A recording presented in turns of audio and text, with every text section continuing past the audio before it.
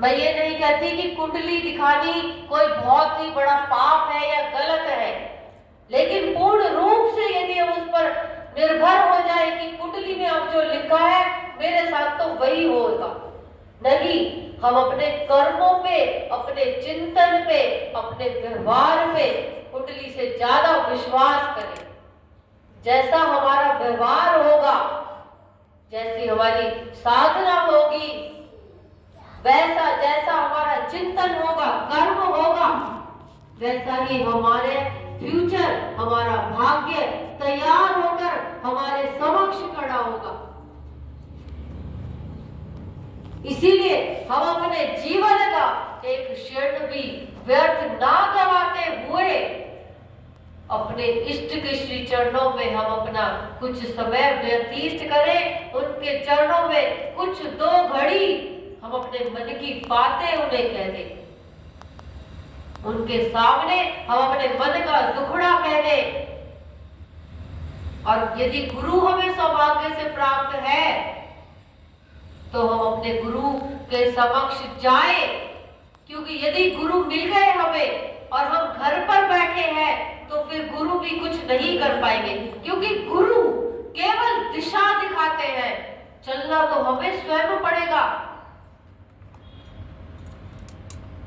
क्योंकि करना तो हमें स्वयं पड़ेगा, क्योंकि हमारा जो भाव है, चिंतन है, वो स्वयं हमारा स्वयं का है।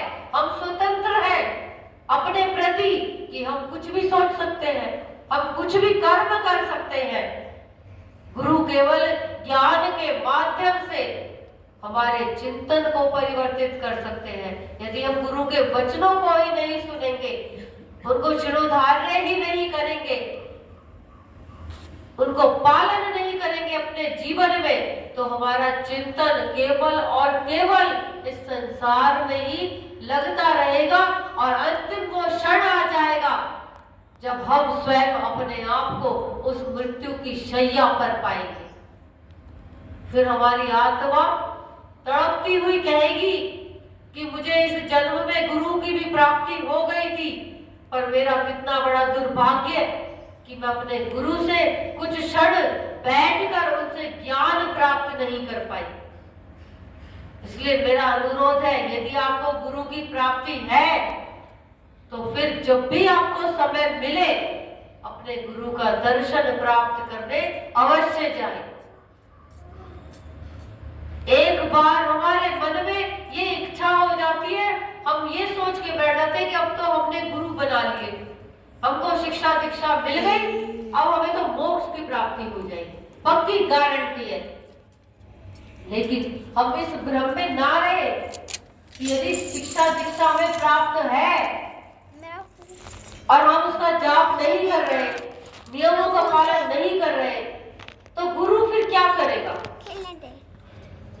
गुरु शरीर के रूप में हमें प्राप्त हुए हैं, वो केवल हमें उस ज्ञान के माध्यम से, जो कान में मंत्र फूंका जाता है, उसके माध्यम से हमें ज्ञान प्रदान करते हैं। उसी ज्ञान से हमें हमारी चेतना, हमारा विवेक जागृत होता है और हमें दिशा मिलती है।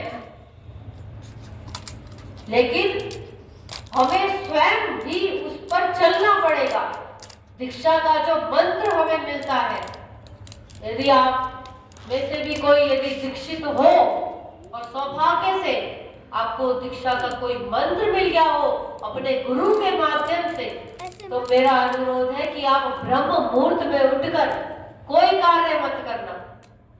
सुबह 3:30 बजे का टाइम जो होता है, 3:30 का ये जो टाइम होता है, इसको ब्रह्म मुहूर्त कहा है।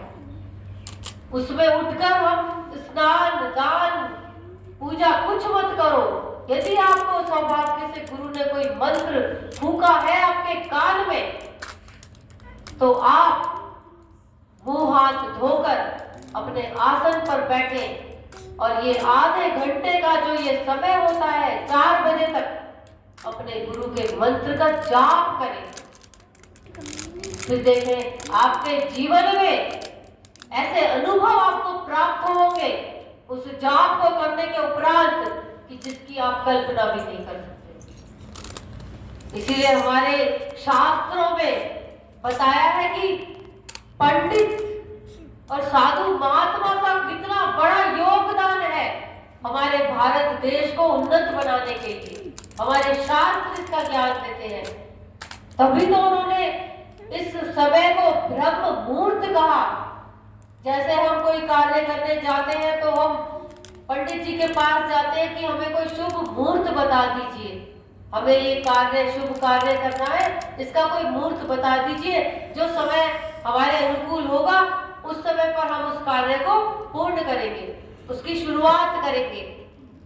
ऐसे ही हमारे वेदों ने, शास्त्रों ने ये ज्ञान दिया कि यदि हमें साधना में प्रवेश करना हो, क्योंकि साधना में जाना जीव के बस की बात नहीं है। जब तक उस भगवती परात्पर की कृपा नहीं हो जाती हमारे ऊपर, हमारे गुरुदेव का अनुग्रह नहीं हो जाता, तब तक जीव की साधना की शुरुआत नहीं होती। हम केवल और केवल कुछ वर्षों के इस ढोंग को ही करते हैं।